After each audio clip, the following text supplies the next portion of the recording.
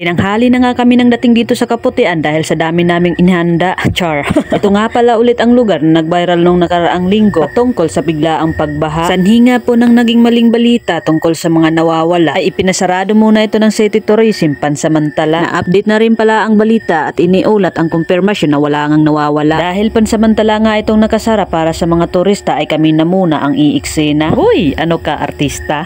Siya nga pala, feel free to correct me if I made mistake sa aking pong statement. Pa-comment na lamang po sa comment section. Sanhi ng kai-edit ko ng aking mga video bago makarating dito ay hindi ko na malayan 18% na lang pala ang battery ko. Kaya guys, pasensya na, kunting-kunti lang talaga ang aking mga video. Isang napakasayang okasyon nga ito dahil bihira lang nangyari sa amin to. Shout out na din pala sa aking kabarangay na kapwa ko vlogger Ate Lina Ganaba, paki-follow nyo. Magkasama nga pala kami sa outing na ito kasama ang aming kanya-kanyang mga pamilya. Kaya para sa akin, ito ang isa sa mga araw na pinakamasaya. Masaya ang pamilyang sama-sama at nagkakaisa. Ang banding moment nga pala na ito ay sama-sama ng tatlong pamilya. Shout out nga pala ako dito sa parihong Lina. Opo, tukayo po sila. Lina sa Kapun na pamilya at Ganaba naman yung isa. At pamilyang Bagunas naman ang kanilang kasama. Basta ang masasabi ko lang, tuloy talaga ang outing pag walang plano. Katulad ko nga na hindi nagplano sa sobrang busy ko sa pag-i-edit ng mga video na kasama pa rin ako dito. Ay kay basta alam kong busy ang mga tao sa bahay sa paghahanda sa kanilang babaunin papunta rito. Ang sabi ko nga ay susunod na lang ako dahil busy pa ako sa pag-edit ng mga video ay ayaw namang pumayag ng anak ko. Ay ako naman itong mama ay for the go. Pasensya na nga po pala at time-lapse ko na itong aking video dahil kahit papano ay tinitipid ko muna itong battery ko. Ay tapos na pala ang time-lapse at nahuli na ako. Nakahain na nga ang mga pagkain at handa na ang kainan. Magsiaho na nga ang lahat sa tubig at manalangin nang masimulan ang habhaban.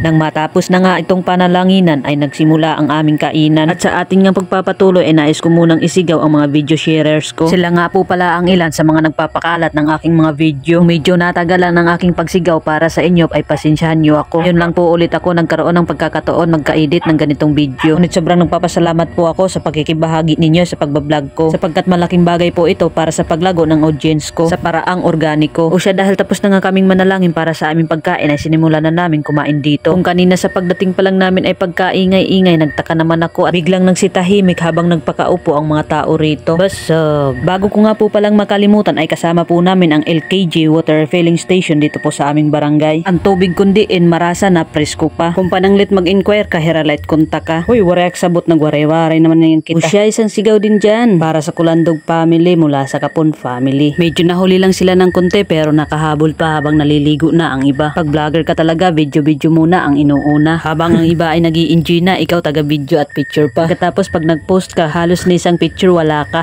Shoutout din pala sa nanay ko, imbis na nag-outing na, dala pa rin ang labada. At dito naman sa isang kapatid ko, busy rin, pareho lang sila.